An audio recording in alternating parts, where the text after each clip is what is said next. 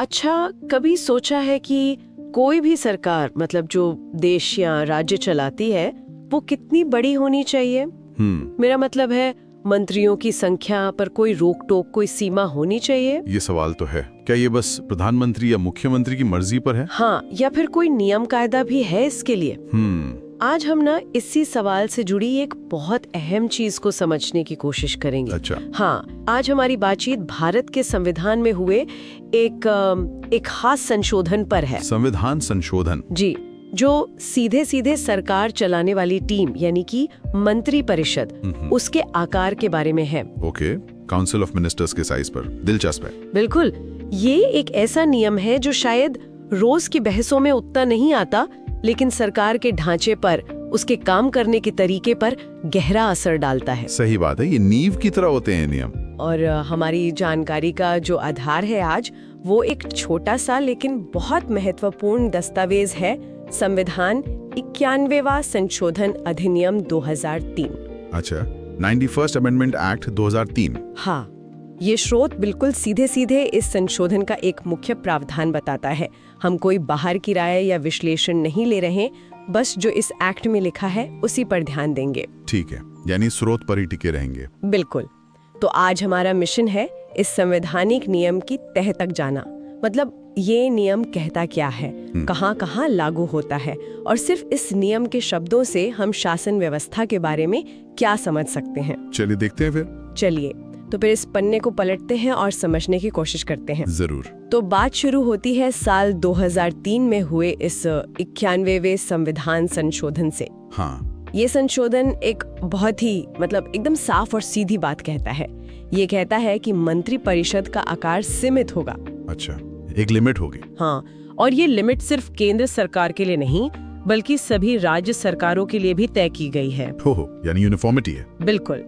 नियम ये है कि केंद्र में प्रधानमंत्री को मिलाकर कुल मंत्रियों की संख्या लोकसभा के कुल सदस्यों की संख्या के 15% से ज्यादा नहीं हो सकती। 15% लोकसभा की टोटल स्ट्रेंथ का? एग्जैक्टली। बिल्कुल। और यही फॉर्मूला, जैसा आपने कहा, राज्यों पर भी लागू होता है। हाँ। यानी किसी भी राज्य में मुख्यमंत्री समेत कुल मंत्रियों की संख्या उस राज्य की विधानसभा मतलब लेजिस्लेटिव असेंबली के कुल सदस्यों की संख्या के 15% से अधिक नहीं होगी।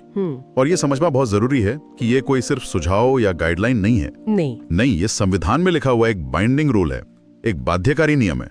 इसका उल्लंघन नहीं हो सकता। हाँ, ये बाध्यकारी शब्द यहाँ बहुत जरूरी है। अच्छा, इससे पहले कि हम इसके असर पर बात करें, क्या हम ये शब्द मंत्री परिषद, कार्यपालिका, विधायिका, इनको थोड़ा और साफ कर सकते हैं? हाँ बिल्कुल, ये जरूरी है, क्योंकि ये नियम इन्हीं के आपसी रिश्ते को तय करता है। जरूर। देखिए, मंत्री परिषद का मतलब हुआ प्रधानमंत्री केंद्र में या मुख्यमंत्री राज्य में, और उनकी टीम मतलब उनके चुने हुए मंत्री। ठीक है। ये वो कोर टीम है जो सरकार की पॉलिसी बनाती हैं, उन्हें लागू करती हैं। असल में यही टीम कार्यपालिका यानी एग्जीक्यूटिव का सबसे अहम हिस्सा है। सरकार चलाने वाले लोग। हाँ, सरकार चलाने वाली संस्था।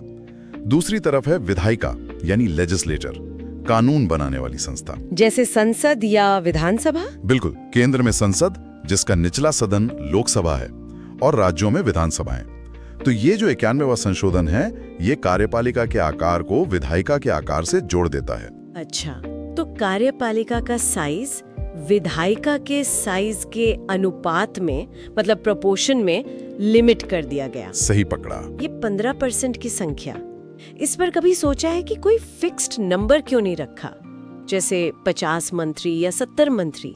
ये परसेंट वाला तरीका क्यों? हाँ, ये एक बहुत दिलचस्प पॉइंट है। देखिए, प्रतिशत का इस्तेमाल ये पक्का करता है कि मंत्री परिषद का साइज हमेशा विधायिका के साइज के अनुपात में रहे। अब विधायिका, चाहे वो लोकसभा हो या विधानसभा, वो तो सीधे जनता को रिप्रेजेंट करती है। हाँ बिल्कुल। तो विधायिका का आकार देश या राज्य की आबादी और प्रतिनिधित्व की जरूरतों के हिसाब से बदल सकता है। हाँ। अगर मंत्रियों का एक फिक्स्ड नंबर तय कर देते तो हो सकता है कि छोटे राज्यों में, जहां विधानसभा छोटी है, वो नंबर बहुत ज्यादा लगता। हाँ, सही बात है। या फिर बड़े राज्यों में, जहां सदन बहुत बड़ा है, वहां शायद कम लगता। अच्छा। तो प्रतिशत वाला नियम एक तरह की स्केलेबिलिटी, एक आनुपातिकता लाता है, और इसके पीछे शायद ये सिद्धांत भी है कि कार्यपालिका का आकार विधायिका से एकदम अलग या बहुत ज्यादा बड़ा नहीं होना चाहिए। यानी ये विधायिका के महत्व को भी बनाए रखने का एक तरीका हुआ कि कार्यपालिका चाहे कितनी भी पावरफुल हो, उसका साइज जनप्रतिनिधियों की संख्या से जुड़ा रहेगा। हाँ बिल्कुल, इसे उस नज़रिए से भी देखा जा सकता है। ये विधायिका और कार्यपालिका के बीच एक किस्म का संख्यात्मक संतुलन, एक न्यूमेरिकल बैलेंस बनाने की कोशिश है। ठीक है। ये पक्का करता है कि कार्यपालिका विधायिका के प्रति जवाबदेह बनी रहे और उसका आकार मतलब बेतहाशा ना बढ़े। अच्छा। पहले ऐसी स्थितियां देखी जाती थी जहां राजनीतिक मजबूरियों के चलते या सबको खुश करने के लिए बहुत बड़े बड़े मंत्रिमंडल बना दिए जाते थे। हाँ, सुना है मैंने। उन्हें जंबो कैबिनेट भी कहा जाता था। Jumbo cabinet? जी। अब इससे न सिर्फ सरकारी खजाने पर बोझ पड़ता था, बल्कि शायद शासन की कुशलता मतलब एफिशिएंसी पर भी असर पड़ता हो। बहुत सारे मंत्री मतलब शायद कोऑर्डिनेशन में भी दिक्कत आती होगी। हो सकता है। तो ये 15% की सीमा उस ट्रेंड पर, उस प्रवृत्ति पर रोक लगाने का एक संवैधानिक तरीका है। और ये नियम सिर्फ केंद्र पर नहीं बल्कि राज्यों पर भी एक जैसा लागू होता है। इसका क्या मतलब निकालें? क्या ये केंद्र और राज्यों के बीच किसी तरह की यूनिफॉर्मिटी, एक रूपता लाने की कोशिश है? निश्चित रूप से। ये इस बात का साफ संकेत है कि शासन के इस खास पहलू में, यानी मंत्री परिषद के आकार को कंट्रोल करने के मामले में पूरे देश में एक जैसा स्टैंडर्ड लागू करने का इरादा था। चाहे सरकार दिल्ली में बन रही हो या किसी राज्य की राजधानी में, मंत्रियों की मैक्सिमम संख्या तय करने का फॉर्मूला एक ही रहेगा, विधायिका की कुल सदस्य संख्या का 15%। ये भारत का जो संघीय ढांचा है, फेडरल स्ट्रक्चर, उसके भीतर एक रूपता लाने का एक उदाहरण है। कम से कम इस मुद्दे पर तो है ही। हाँ। ये दिखाता है कि संविधान बनाने वाले या इस केस में संशोधन करने वाले मानते थे कि मंत्री परिषद के आकार को नियंत्रित करने का जो सिद्धांत है वो यूनिवर्सली इंपॉर्टेंट है। चलिए इस 15% को थोड़ा और समझने के लिए एक उदाहरण लेते हैं। मान लीजिए किसी राज्य की विधानसभा में 300 सदस्य हैं। ठीक है। तो इस नियम के हिसाब से वहाँ मुख्यमंत्री समेत मंत्रियों की संख्या कितनी हो सकती है? हिसाब सीधा है, 300 का 15%। 300 का 15% हुआ 45। बिल्कुल। तो उस राज्य में मुख्यमंत्री को मिलाकर कुल मंत्रियों की संख्या 45 से ज्यादा नहीं हो सकती, 45 या उससे कम। ठीक है। और इसी तरह अगर हम लोकसभा की बात करें, यहाँ अभी मतलब वर्तमान में 543 सदस्य हैं। तो केंद्र में प्रधानमंत्री सहित मंत्रियों की अधिकतम संख्या 543 का 15% होगी। जी हाँ, 543 का 15%। 543 का 15% ये कैलकुलेट करने पर लगभग 81.54 आता है। हाँ। तो क्या इसका मतलब 81 मंत्री हो सकते हैं या 82? देखिए, आमतौर पर ऐसे मामलों में जब संख्या दशमलव में आती है तो उसे पूर्णांक बनाने के लिए निचली संख्या ली जाती है। अच्छा, क्यों? क्योंकि नियम कहता है अधिक नहीं हो सकती, कैनॉट एक्सीड। तो 81.54 से ज्यादा नहीं, मतलब 81 तक ही हो सकती है। ओके, तो व्यवहार में इसका मतलब हुआ कि अधिकतम 81 मंत्री हो सकते हैं प्रधानमंत्री को मिलाकर। जी हाँ, यह दिखाता है कि नियम कितना सटीक है। ये सिर्फ एक अपर लिमिट, एक ऊपरी सीमा तय करता है। सरकार चाहे तो इससे कम मंत्री भी रख सकती है, वो उनकी मर्जी है, लेकिन ज्यादा नहीं। ये दिलचस्प है। तो ये नियम सिर्फ संख्या तय नहीं करता, बल्कि सरकार बनाने की पूरी प्रक्रिया और स्ट्रैटेजी पर भी असर डालता होगा। बिल्कुल। प्रधानमंत्री या मुख्यमंत्री को अपनी टीम चुनते समय इस लिमिट का ध्यान रखना ही पड़ता होगा। हाँ, ये उनके ऑप्शंस को, उनके विकल्पों को सीमित करता है।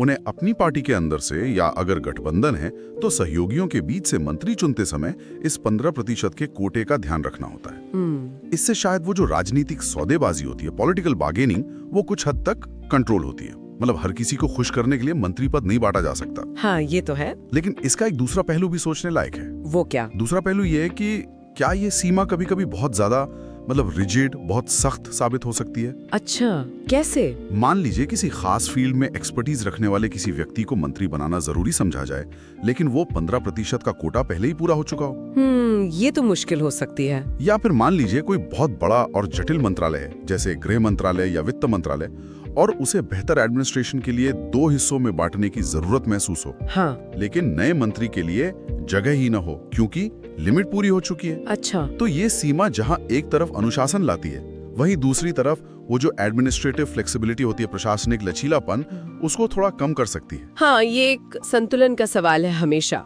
एक तरफ कंट्रोल और डिसिप्लिन, दूसरी तरफ फ्लेक्सिबिलिटी और जरूरत के हिसाब से बदलने की गुंजाइश। बिल्कुल। ये 15% की संख्या अपने आप में एक समझौता, एक कॉम्प्रोमाइज लगती है ना, बहुत ज्यादा ना बहुत कम, शायद यही सोच रही होगी। सही कहा, और ये हमें सोचने पर मजबूर करता है कि संवैधानिक संशोधन होते कैसे हैं, उनकी प्रकृति क्या है।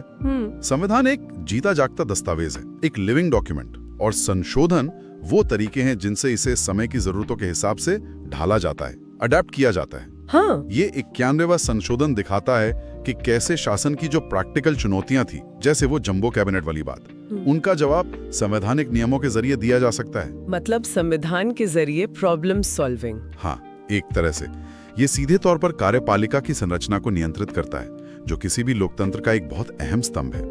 और ये एक तरह से विधायिका द्वारा कार्यपालिका पर नियंत्रण रखने का एक इंस्टीट्यूशनल तरीका भी है। तो अगर हम पूरी बात को समेटें तो इसका निचोड़ है, मतलब क्रक्स क्या निकलता है? निचोड़ ये है कि संविधान का 91वां संशोधन अधिनियम 2003 भारत में केंद्र और राज्य दोनों स्तरों पर मंत्रिपरिषद के आकार पर एक साफ ऊपरी सीमा लगाता है। ठीक है। ये सीमा है संबंधित विधायिका लोकसभा या विधानसभा की कुल सदस्य संख्या का 15%। ओके। और ये नियम सरकारी आकार को कंट्रोल करने, संभावित फिजूल खर्ची रोकने और शासन में एक रूपता लाने का एक संवैधानिक प्रयास है। और साथ ही विधायिका और कार्यपालिका के बीच एक संख्यात्मक संतुलन भी बनाता है। बिल्कुल सही, ये सब इसके मायने हैं। ये नियम सुनने में तो बहुत सीधा और सरल लगता है, बस 1%, लेकिन जैसा हमने अभी बात की, इसके कई गहरे मतलब हैं, निहितार्थ हैं। हाँ। जो सरकार के बनने, उसके काम करने